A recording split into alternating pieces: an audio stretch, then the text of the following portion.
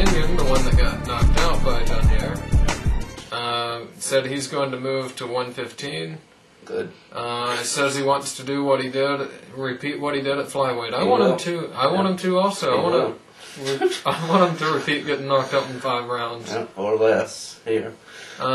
There's Martin Castillo, Fernando Montiel, Arce. Christian Mahares, Jorge Arce. Yeah, There's some others in there too. Yeah, there's 4 people right there. That's 4 right there. That would just completely beat him. Maybe Mahares doesn't knock him out, possibly, but either way, everybody there that we mentioned beats him. Maybe Montiel doesn't knock him out, but still. Arce definitely knocks him out. So they beat him.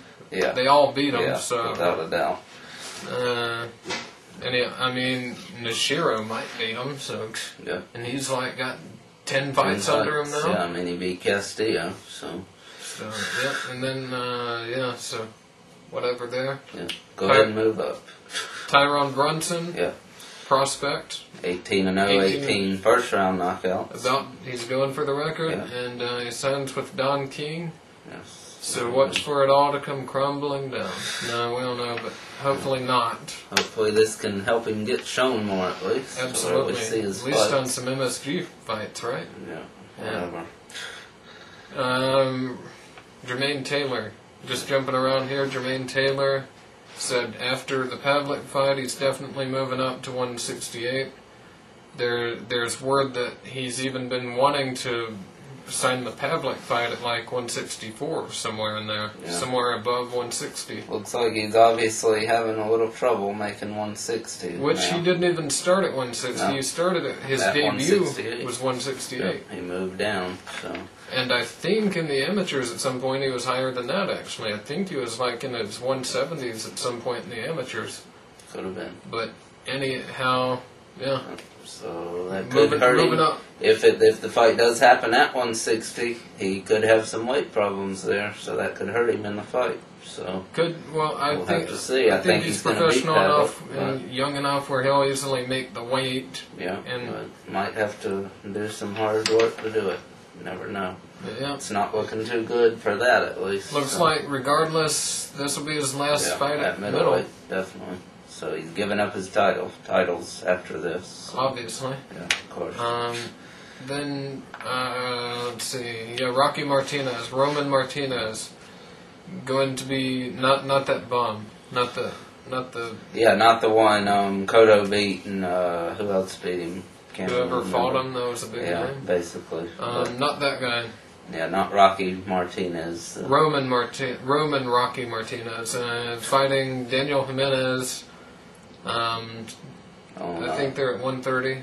Yeah, super featherweight. So going to be August 25th. Calderon undercard on pay-per-view. But, on pay-per-view. So, good fight for Martinez there. Jimenez, decent fighter. 1 loss, I think. So, jumping up to the heavyweights, Layman Brewster plans to return in 3 months. Wants a couple 10-ups, tune-ups, then wants a big match, a rematch, rubber match with Klitschko, Vladimir. Yeah, we'll have to see what happens in those 3 tune-ups. That's what he should have done before taking this kind of fight. At least 1 tune-up, definitely, to get back in there after being off over a year. Even if he knocks 3 tune-ups out in a row, I don't see it. We'll have to see that's something could change by then with him and Klitschko, definitely. So we'll have to. Yeah, I just don't see it unless Klitschko becomes like brain dead or something, which could happen. Yeah, from punches. Could happen. True. But we'll see. And speaking of. He's a long way from being able to beat Vladimir right now, though, obviously. Unfortunately.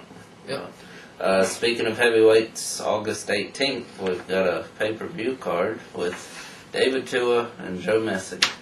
Those are the 2 highlights of it. So. Yeah, there's a couple more. That aren't worth mentioning at all. Yeah, but, I'm not even remembering them right now. Doesn't matter. But watch for those 2. And we need something for August 18th. There's nothing else scheduled, so. On a great Kushner pay-per-view, who else? Of course. Yeah, leave it up to him. And it's kind of something, I guess. But yeah, it's something for that weekend. We need it. So watch Tua mediocre his ass to a decision 10-round against decision. a guy named Sissy. Is this a fistful of dollars? change? Yeah. This Or one's fistful of pennies. Thunderbox champs or whatever. This one's fistful of food stamps. They wish. Yeah, well, Tua will be all over that yeah. then.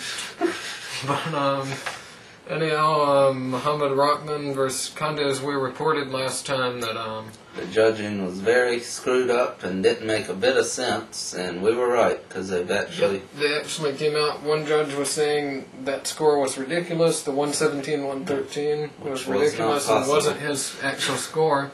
Yeah. He actually had it 114-112 for Rahman. Apparently, whoever added the scores of the three judges up didn't know how to add or something.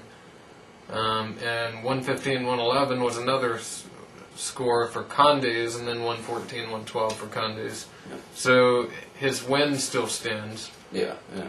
Oh yeah, nothing changed there. Just the scoring was reported wrong. So, yeah.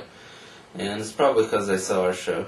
So I almost certainly, especially since it's not uploaded at this point. I just realized, but definitely.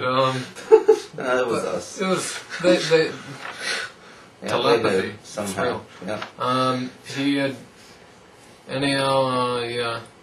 That rematch may happen in December for those two. Actually, let's get it shown this time.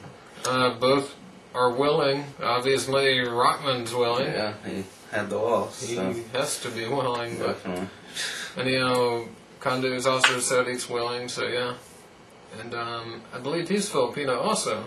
Yeah, Conde's is. I think his nickname is even the Little Pacquiao or something with Pacquiao in it, definitely. So. Yep. And look for him if they show him.